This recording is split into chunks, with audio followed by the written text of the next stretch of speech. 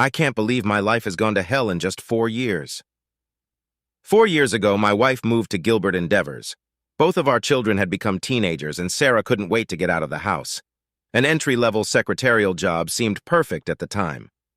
My name is Skip Trexler. My name is actually Austin, but I've always been called Skip. People called me wiry. All my life I've been thin and a little overweight. My parents tried their best to make me strong, but nothing worked. Finally, when I was in my teens, they gave up and decided to accept me for who I was. It felt pretty damn good. I was average height and weighed less than 140 pounds when I graduated high school. A lot of the skinny guys I went to school with were active in track and field or swimming. Some of them were excellent cross-country runners. Unfortunately, I had no interest in sports, especially competitive sports. The closest I came to physical exertion was in shooting, not trap or skeet shooting, but long-range shooting. That required going outdoors, which involved quite a bit of hiking and climbing. Of course, I wasn't talking about target shooting, but rather varmint hunting. I got into it with a passion. All through high school and college, I spent most of my non-school time either shooting or reloading. After 8 years, I was able to consistently hit a 2-inch target at 100 yards. My favorite gun was a Marlin 336C chambered in .219 zipper. This cartridge has been discontinued for years, but I still made my own out of 30 shell casings with a reduced neck. The fact that I could make something like this gave me a sense of pride in my accomplishments that I desperately needed. While I was in college, 2 important things happened. I met my wife, Sarah, and I met my future business partner, Chuck Fuller. Other than that, things were kind of boring. I got a degree in geology, got married, and started a small surveying business with Chuck. Life was good. Chuck and I didn't work for anyone else. After college, we each shelled out $2,500 and started our own small surveying company. We focused on small jobs and lots of real estate deals.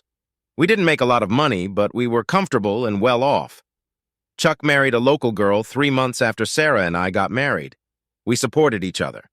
My family had a cabin, which we called a bungalow, in Schuylkill County on 160 acres of land.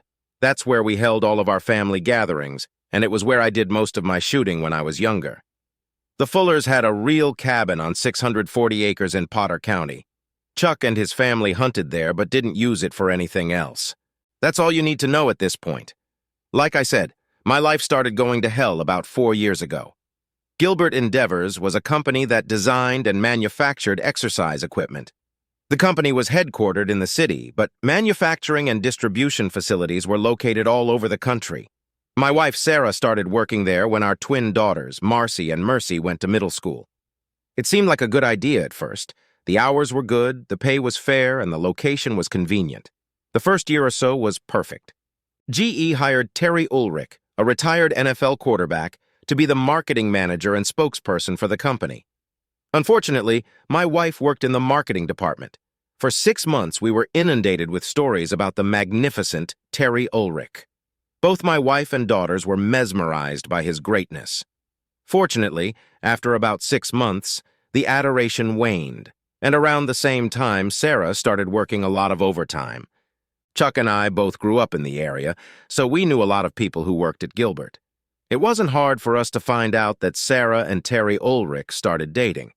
While their relationship was blossoming, our marriage was crumbling. As Sarah and I grew further apart, so did my relationship with my daughters. I never confronted her about it. She began to leave more and more often for business and promotional trips. When she came home, she would constantly talk about what she had done, who she had met, and what she had seen. Of course, all of this was for the benefit of the girls. None of it was directed at me. I had turned into nothing. Usually, but not always, she invited me to accompany her to company parties and meetings where I was ignored for the rest of the evening. Sex was out of the question. How does a man endure such a life? Until Sarah started working, our married life was normal. We went out to restaurants regularly. We went on family trips on weekends, and at least once a year we went on vacation. The girls took ballet lessons and played soccer. Sarah was active in PTA and Girl Scouts. We had pizza night every week. The only thing the girls didn't like was spending time in the bungalow. That was all in the past. It was all in the past now. Over the past few years, Sarah's out-of-town conferences and meetings had gradually increased. Lately, on long trips, she had been taking the girls with her. I was never invited or even asked if I wanted to go. I often overheard the girls talking to their friends about what a great time they had. They never said anything, knowing I was within earshot. Terry Ulrich was never mentioned, though I knew he was on all those outings. Everything came to a head at the Gilberts' New Year's Eve party. Sarah had a hard time uninviting me. I didn't want to go. The humiliation of having to live with infidelity alone was strong enough. I was afraid I wouldn't be able to control myself if the situation got out of hand. I was right. All of the girls were dressed to the hilt. Marcy and Mercy were excited because it was their first adult cross-dressing party. I didn't have a tuxedo, so I wore the best suit I had. Really, I managed to wear the tie I'd gotten for last Father's Day. Several hundred people piled around when we arrived. Skip Trexler, glad to see you were able to make it. Thanks for bringing your wife and beautiful daughters to our little reunion. Terry Ulrich seemed to smile, looking at the grimace on my face as he squeezed my hand. Finally, he released it, and I noticed Sarah smirking. The girls gave me a look of disgust and quickly withdrew. It was the beginning of a bad evening. I drank one mug of beer and huddled in a corner, trying not to embarrass my wife and daughters even more. I didn't say or do anything, but I had successfully ruined the start of the evening for them. Terry Ulrich was a big guy, very big. He was at least a foot taller than me and outweighed me by 100 pounds, all muscle. He was the epitome of arms and stands. My daughters mingled around the room, but my wife spent most of the evening by his side. Most of the time, she held lightly onto his arm. Several lower-level men made feeble attempts to strike up a conversation with me, but none of them went anywhere. Several middle and upper-level executives noticed me and smirked or made sly remarks to their companions that seemed to be related to my cuckold status. I couldn't hear the words, but it was obvious what was going on. My beer was replaced with a simple ginger ale, which I sipped slowly, driving myself to a mild frenzy. I was usually able to keep my cool and prided myself on never losing my temper. Many began to dance, and I noticed that the girls were having a good time. And so was my wife, with Ulrich, of course. Neither she nor the girls had spoken to me once in the last 3 hours. Of course, I couldn't expect them to spoil a good evening by socializing with a wet blanket. A small, mixed group of men and women were chatting away from the dance floor when one of the guys pointed out Sarah and Ulrich. They looked in my direction, started laughing, and quickly turned away when they saw me looking at them. A few minutes later, they were still giggling. That was the end of my evening. I set my glass down, and as I headed for the door, I noticed Ulrich had his hands on my wife's ass, and she was caressing his neck. Before I knew it, she pulled his head down and kissed him right in the middle of the dance floor. It took me less than 5 seconds to cross the room, turn Ulrich around, and hit him hard with a roundhouse kick to the right. My arm hurt like hell, and the next thing I knew, I woke up in the back of an ambulance. It wasn't a long ride to the emergency clinic, and I noticed that I was alone in the ambulance. I remember being wheeled into the emergency room. The next thing I remember is that I woke up in some sort of recovery room. 30 minutes into recovery, I was visited by a doctor who gave me an update on my condition. In addition to a broken arm, I had 3 broken ribs, a broken nose, 3 lost teeth, and 2 loose teeth. My jaw was wired shut and my right kidney was bruised. To finish, Ulrich gave me a good kick in the testicles, resulting in blood vessel damage. The doctor said I would be discharged in 4 days, but I would have to spend at least 2 weeks in a rehab center. If I wanted, they could arrange rehab at home. I chose the other option. When my wife and daughters finally showed up, it was past noon. Sarah looked furious, and the girls looked bored. No one said anything. Since my jaw was clenched, I was reluctant to start any conversation. I was in a position to talk, but I didn't want her to know it. "Well, Skip, what do you have to say for yourself?" I quickly assessed her attitude and decided I didn't need this conversation. Instead of trying to answer her, I just muttered and pointed to my jaw. We sat like that for probably about a minute or so before she started again. "It was embarrassing, Skip. The girls were so humiliated that we had to leave before New Year's Eve. The whole evening was ruined. And for what? I should have known better than to take you out in public. I guarantee nothing like that will ever happen again." She had no idea how right she was. I just sat there staring at her. I couldn't even smile, so I did nothing. They stayed for a few more minutes. Since I didn't react in any way, they finally got up to leave. On the way out, Marcy stopped and looked over her shoulder. "Thanks for doing nothing, Dad." Chuck showed up a couple hours later. We chatted for a few minutes. Yes, I could talk. And then he pulled out the local paper. I made the front page. Local NFL hero protected wife and daughters from abusive father. The article went on to describe how I assaulted my wife while she was dancing at the annual Gilbert Endeavors party on New Year's Eve. Terry Ulrich rushed over there and subdued me before the officials could drag me away. Not exactly how I remembered it, but that's the story people will believe.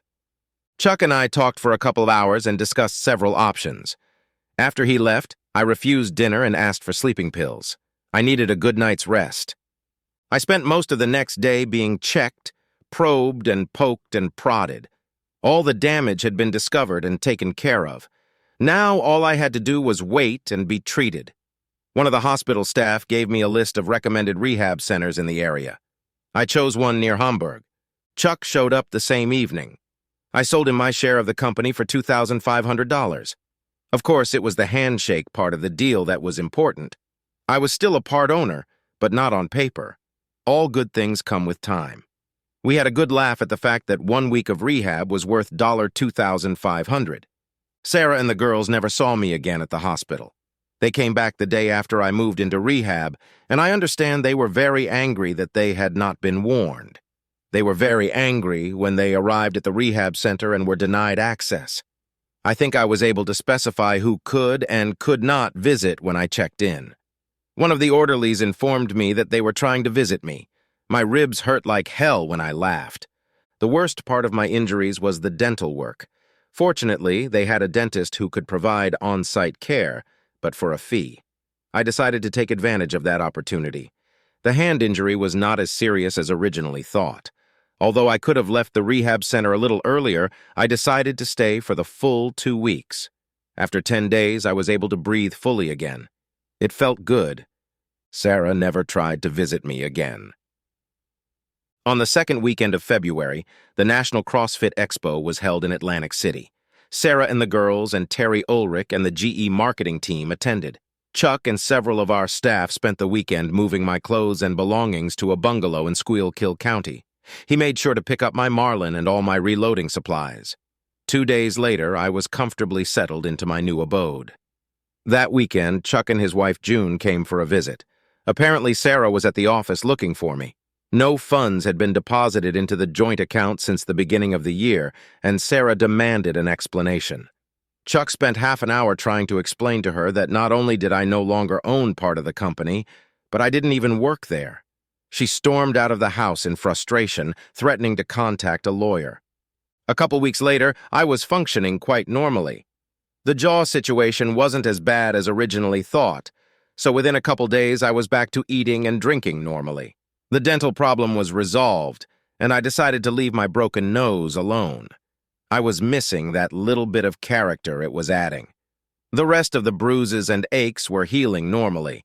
I was undergoing treatment and exercising as directed.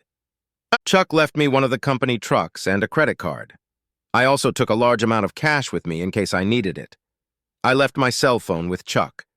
The bungalow was comfortable, but it was temporary. I'd already gotten my exercise and started jogging at a leisurely pace. Terry Ulrich had a large house on Durya Doctor just outside of town. It was a long, winding road going up to Penn Mountain. There weren't many houses there because it was difficult to build on the steep mountainside. Finding a house wasn't difficult, and I was able to find some nice, secluded vantage points. I would not be a quiet simpleton. In the mornings, I worked out and got in shape. In the afternoons, I practiced target shooting. This year was a good year for marmots, but I left them alone and focused on inanimate targets. My Bushnell laser rangefinder was showing that I needed to be accurate at 133 yards. I would be ready when I could consistently hit eggs at that distance. I bought a lot of eggs. I bought a suppressor. I spent evenings planning, adapting, and reloading. I limited myself to 1 black and tan a day. I started growing a beard. Chuck came to see me once every 2 weeks or so. Sarah stopped by the office a few times, still trying to find me. After 2 months, she gave it up. Chuck always brought a few newspaper clippings with him. Judging by them, my wife and daughters continued to enjoy the social life with their new benefactor. He must have had it fully maintained by now because I contributed nothing. Strangely, Sarah and the girls were still living in our old house, which I didn't realize. It was time to move on. I started driving into town early in the morning to be able to pick a good vantage point to watch Terry's house. Parking was problematic, so I ended up having to walk a bit. He was a creature of habit. I didn't expect such a big guy to take up swimming, but he did 50 laps every morning. Naturally, the pool was heated. That weekend, I made a trip to Potter County. Moving from the bungalow to the cabin was quite a challenge. No electricity, no water, no cell phone signal. It was a 45-minute drive to the nearest Walmart store in Olean, New York. I didn't want to drive there in the winter, so I stocked up on everything I needed for at least the next 4 months. If I forgot something or needed something I hadn't thought of, I could buy it before bad weather shut me out of the house. Early Wednesday morning, I drove to the office and moved all the stuff from the truck into my Subaru Outback. I parked the company car at the construction site at the base of the mountain and walked up to my chosen vantage point. There was no traffic on the street at this time. I set up the tripod and set up the canister. I had 1 round in the camera and 1 in the tube, and had the next 2 at the ready. 20 minutes later, Terry Ulrich came out for his morning swim. The first shot shattered his right ankle. Even with the suppressor, it was loud for this early in the morning. 2 seconds later, his left knee shattered. I loaded the next 2 rounds and shattered his left elbow. The last target was his right wrist, which I couldn't hit due to his erratic movements, so I quickly collected the rounds and quietly left. 10 minutes later, I left the construction site and returned to the office to my waiting Subaru. I did not return to the bungalow, but drove straight to Potter County. The first thing to do was to clean the spring so that I would have fresh water. Then a good supply of firewood had to be gathered. Fortunately, the cabin was waterproof and well insulated. LED lanterns were much better and cheaper than the old coal and oil lamps. Soon everything was under control, and I started shooting again, this time at paper targets. I first saw her in the middle of the second week, a tall, lanky woman dressed in jeans, flannel shirt, and vest.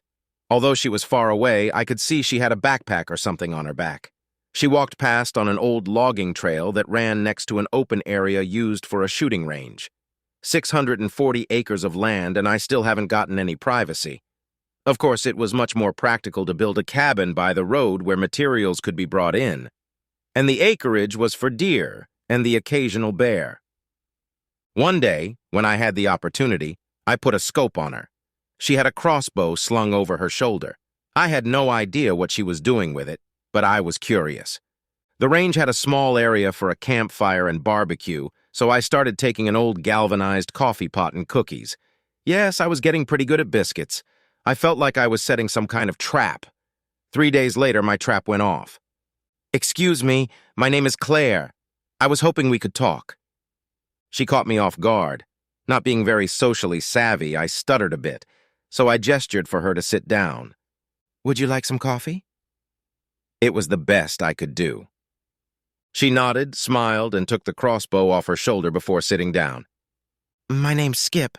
I got here about 2 weeks ago. I've noticed you around the neighborhood a few times."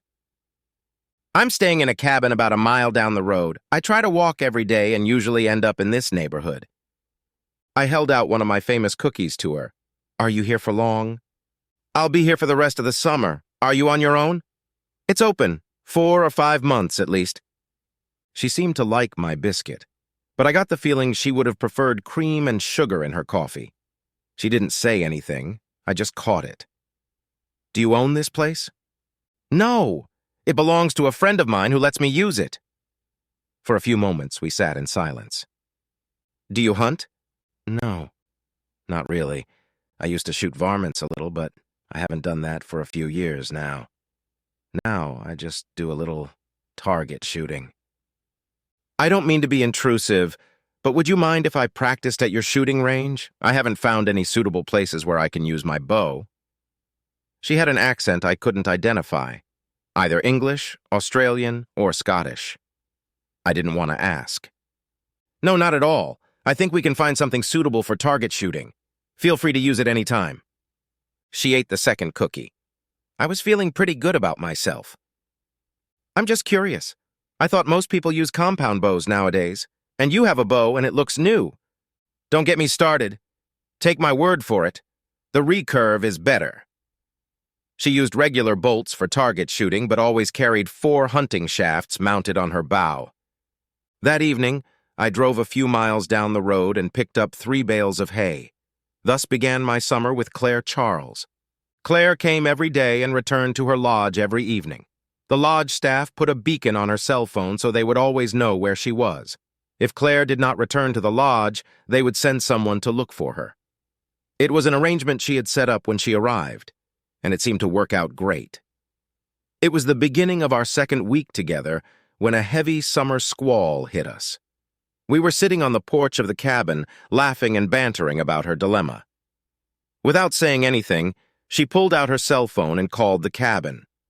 She informed me that due to inclement weather, she would not be able to return this evening, and that she had found a comfortable place to stay for the night. I was both surprised and delighted. Thus, my platonic relationship with Claire Charles developed into an intimate one. From that point on, we began to alternate lodging locations. The Highlands Lodge was totally out of place in Potter County. It was posh, very expensive, and considered an improvement over the Pocono Mountains. Most of the guests came from out of town. Claire's family was originally from Cornwall. The Highlands had hot showers, sumptuous dining, and laundry facilities, which I took full advantage of. Sex in the wild is fun, but it's much nicer when you have facilities. We spent less and less time on the range. A couple weeks later, while Claire and I were doing lunch, Chuck and June arrived. June seemed especially excited to have a companion, and even more excited when she realized it was a fulfilling relationship. We chatted lightly for the first few hours, and then June and Claire went off to chat with the girls. Chuck thought it was funny that Claire liked warm beer and I had to drink cold beer. I had to go to the spring for more several times. After Terry Ulrich's tragic attack, I became the first suspect. It was a bigger problem for Terry than he realized. The press wanted to know why I was the person of primary interest. The more they looked into it, the worse it got for Terry and my wife. Although the main goal was to find me, the press quickly switched to the relationship between Terry and my wife. 3 weeks later, Terry Ulrich was no longer a representative of Gilbert Endeavors. Police visited the bungalow in Schuylkill County and found it empty. They had no leads on credit cards, no leads on phone calls, and no idea where I might be. They never asked Chuck about the cabin. Chuck mentioned that Sarah had stopped by the office several times in a vain attempt to find out where I was. It seems she was desperate as her source of money was starting to dry up. According to Chuck, Terry seemed to have lost interest in her and blamed her for his demise. I didn't have a plan of how to proceed. I couldn't go back, and I had no other options I wanted to explore. At that point, I was adrift. As I approached the end of the year, I found myself calming down. I was happy and content with Claire, but I needed to turn my attention to my real life. It was a brisk fall day, and I was alone in the cabin. Something was wrong, but I couldn't figure out what it was. I had just had time to melt the wood stove to normal and start making coffee when the door suddenly swung open. Terry Ulrich was as big and as ugly as the last time I'd seen him. He stood in the doorway with a wide grin on his face and an old .38 caliber police pistol in his right hand. He seemed to be standing unsteadily and holding his left arm at a strange angle as if trying to keep his balance. We just stood there looking at each other. I expected some profound words of revenge, but nothing came. Coffee? Bastard, I spent over $10,000 to find you. No, I don't want any damn coffee. Well, what can I do for you? I know it was you, you sneaky weasel. Your wife told me you're a frequent target shooter. I hope you have 911 service here because you're going to need it. As he spoke, his face became increasingly puffy and red. He seemed to be in some kind of rage. Suddenly, a shocked expression appeared on his face. He dropped the gun and dropped to one knee. Terry Ulrich rolled across the floor, howling at the top of his lungs. There was about 12 inches of crossbow bolt sticking out of his left buttock. The other 6 inches were deeply and firmly buried. Claire just stood in the doorway and smiled. We ran most of the way back to the Highlands. I didn't take anything with me from the cabin. It took Claire about 15 minutes to load all her stuff into the rented Land Rover. The whole time we were laughing like a couple of school kids. When we got to the US 80 freeway, we finally calmed down to a fairly normal state of mind. Breakfast was soothing and hearty. I assume he's already retrieved the arrow and made it to the treatment facility. I don't think so. He should call 911. I shot him with one of the 3-bladed hunting bolts. It has to be cut out. He can't be pulled out. He'll probably have to lie on his stomach on a gurney when he goes to the emergency room. That must be uncomfortable. Well, Miss Claire, looks like we're in big trouble now. And it's all your fault. She threw a forkful of scrambled eggs at me and laughed. After breakfast, I called Chuck and Claire called someone else. I brought him up to speed and he seemed to think it was pretty funny. I told him that we were going to Ocala, Florida, where my grandparents live. He snickered slightly because he knew I only said that to cover my ass.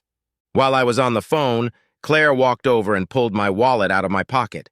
She returned to her seat and continued talking while I shopped for items for our trip. What trip? I didn't know, but we had to go somewhere. For some reason, I felt like Claire had a plan. She didn't tell me anything, and I didn't ask. I contented myself with my ignorance and trusted her. It had been a long day. We finally checked into a beautiful bed and breakfast in the Wisconsin Dells. We were exhausted from the trip and just fell asleep. Breakfast was great, and 4 hours later, we were at the Walmart supermarket in Duluth. Claire still had all her stuff, but I was left with nothing. I still didn't know what she was up to, and she seemed to be having fun keeping me in the dark. I got something like a new closet, and Claire got a big bag of snacks. Ever since I was a kid, I had dreamed of taking a canoe trip on the Boundary Waters. I finally managed to make it happen.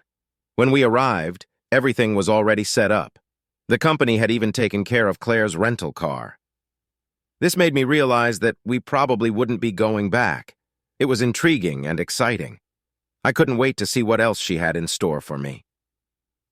Before we hit the road, I made one last call to Chuck. "Skip! What the hell did you do? It's all over the news here about Ulrich's latest demise. Some of the national services have even picked it up." "Chuck, I have no idea what you're talking about." I could hear June laughing in the background. "Well, his image in the media is dropping like a balloon. He can't seem to do anything worthwhile." It couldn't have happened to a nicer guy. I've always wanted to say that. "By the way, Skip, nice move with the divorce. Sarah wasn't expecting it, and it hit her hard. I don't know how you did it from there, but it seems to have worked. She has no idea what she's going to do, and she doesn't have the money to do it." "Chuck, trust me, I'm not kidding. I have no idea what the hell you're talking about. I haven't even gone to a lawyer. Are you sure about the divorce?" "Yes, she waved it in my face and ranted about it just this morning." "Well, it's nice to get some good news for a change. By the way, could you stop by the cabin and have someone pick up my stuff and car? Marlene's still there." "No problem. Where are you located now?" "In Moss Bluff, Florida. I'm looking for a trailer to rent." Claire stood on the dock and waved at me. The canoe was loaded to capacity. I thanked my parents for making me go to Boy Scout camp when I was younger. At least I didn't feel like a total dummy. For the next 6 days, we sailed around the lakes of the Boundary Waters. We had a different campsite each night. Claire knew where she was going and used her cell phone's GPS to get there. I was along for the ride and enjoyed the ride. The best part of the trip was that she enjoyed sex under the stars. As early as noon the next day, our adventures continued. A lone man met us at a small dock on a remote road. Claire and he began hugging and talking in French. After 30 minutes or so, he handed Claire the keys to the truck and a large envelope. We unloaded our stuff from the canoe and headed down the road. I looked out the back window and saw it pull away from the dock. I got behind the wheel and Claire started going through the envelope. "I guess I better get used to calling you Clinton." Sure enough, I threw her a strange look. She laughed and handed me a Canadian driver's license with my picture on it. The name Clinton Barfield was written on the license. "You're kidding, right?" "No, you are now Clinton Barfield, and you also have a new Canadian passport." She waved it proudly in front of my face. "We're in Canada?" "Of course we are, silly." 4 days later, we landed in New Quay. 2 hours later, we were at Claire's family home near St. Austell. It was as if I had been born here. I felt comfortable and satisfied. I was still very nervous before meeting Claire's family. The estate was huge. Her father asked me to go into the living room.